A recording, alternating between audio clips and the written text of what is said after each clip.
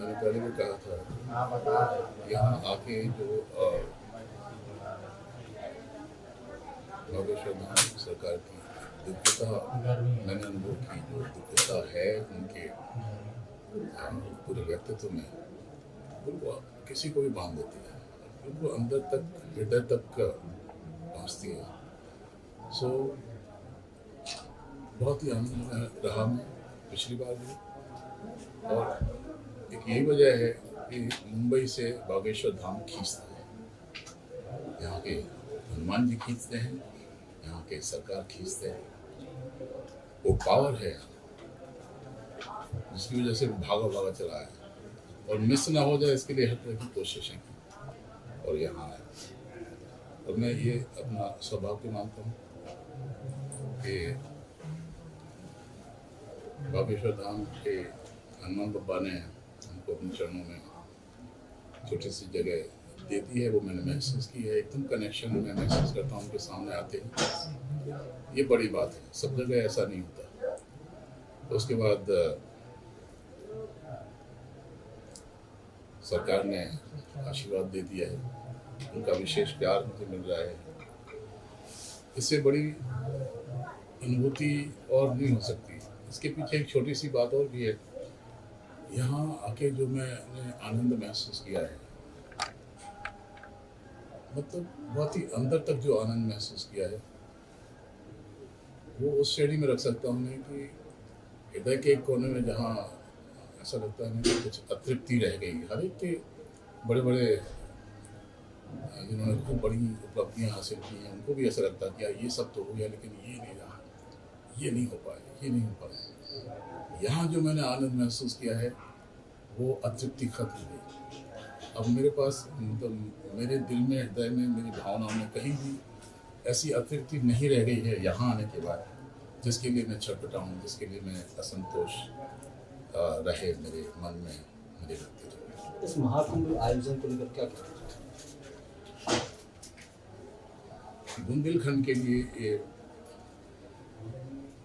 एक बहुत ही सकारात्मक कदम है, और जिस तरह के काम हमारे सरकार कर रहे हैं, हमारे गुरु कर रहे हैं, और जो जिस भाव से कर रहे हैं, तो वो स्पष्ट कहते हैं कि हम जो धार्मिक कार्य कर रहे हैं वो कमाई के लिए नहीं कर रहे हैं, जो आजकल हम देख रहे हैं सभी जगह। वो ये बोलते हैं कि जो कुछ भी इससे जो चढ़ोतरी आती है, जो कुछ भी आ रहा है, वो मैं अपने ऊपर इस्तेमाल नहीं करूँगा। मैं बेटियों की शादियाँ करके यहाँ के समाज कार्यों में इस्तेमाल करूँगा, अपने ऊपर नहीं करूँगा। ये बड़ी बात है। हमारे सरकार कहते हैं कि मैं कोई बड़ा संत नहीं हूँ, मैं कोई बहुत बड़ा धर्मात्मा नहीं हूँ, मैं एक माध्यम हूँ। मैं हनुमान जी जो मुझे आदेश देते हैं वो मैं आपको देता हूँ, आप मुझे महात्मा मत मानिए, वो सब वहाँ से आ रहा है। सो वो इतना अपने आप को छोटा रख के सामने वाले से व्यवहार करते हैं, और स्पष्ट रूप से कहते हैं। इन्हीं मायनों में हमारे सरकार और दूसरों से अलग है। बुंदेलखंड के बारे में उनकी चिंता, उनकी बातों में, जितनी बातें मैंने की हैं उनसे, उनको बहुत चिंता रहती है। उन्होंने कई ऐसे किस्से सुनाए कि कैसे एक फादर जब वो अपना कार्ड देने आया, शादी यहाँ उन्होंने करवाई, कार्ड देने आया, तो उन्होंने पूछा कि ये कार्ड बनाया, कितना पैसा खर्चा किया तुमने एक कार्ड में? तो उसने बहुत ही फक्र के साथ कहा, 1 रुपया।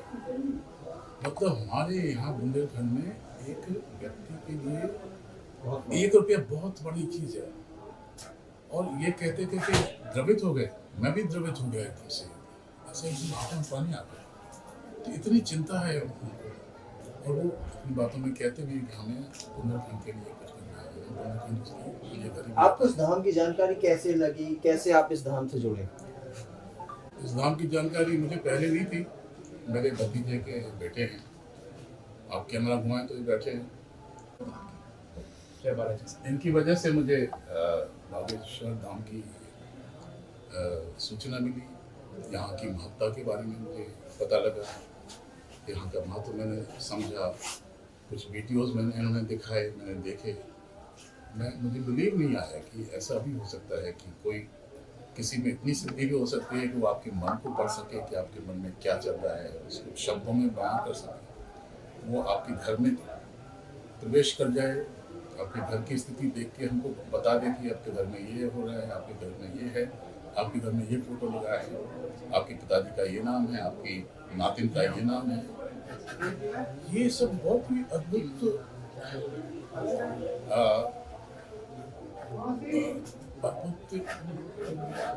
टैलेंट है उनके पास, मैं टैलेंट बोलता हूँ। अद्भुत सिद्धि है जो मैंने और दूसरी जगह नहीं देखी है।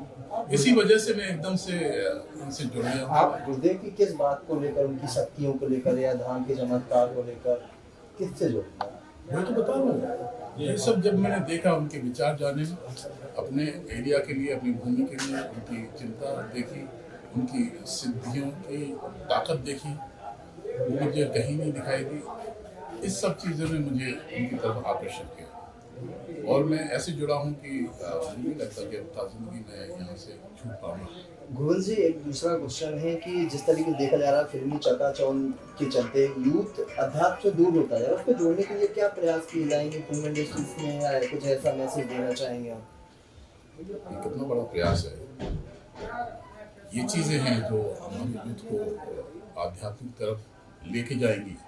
इसलिए नहीं कि उनको धर्म अपनाना चाहिए, इसलिए कि आध्यात्म में वो ताकत है जो किसी भी यूथ को, किसी भी व्यक्ति को एक स्थायित्व देती है, ठहराव देती है, सोचने की, ठहराव के साथ विपत्तियों से निपटने की, समस्याओं को सुलझाने की ताकत देती है। गुरुदेव की यात्रा जो अध्यात्म से यूथ को जोड़ने के लिए तय चल रहा है, उनका सफर, आपको क्या लगता है कितना वो जोड़ पा रहे हैं? बहुत ही सकारात्मक है, बहुत लोग जुड़े हैं। आपको तो पता नहीं है, आपको तो आई डोंट नो पता है कि नहीं।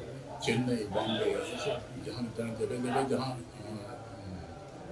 गए हैं और उन्हें अपना दरबार लगाया है, और बिल्कुल ऐसे फॉलोअर्स बढ़ रहे हैं और वो यूथ ज़्यादा है।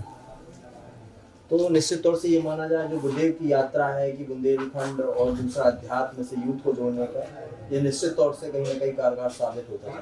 बड़ा मुकाम हासिल करेगा, देखिएगा।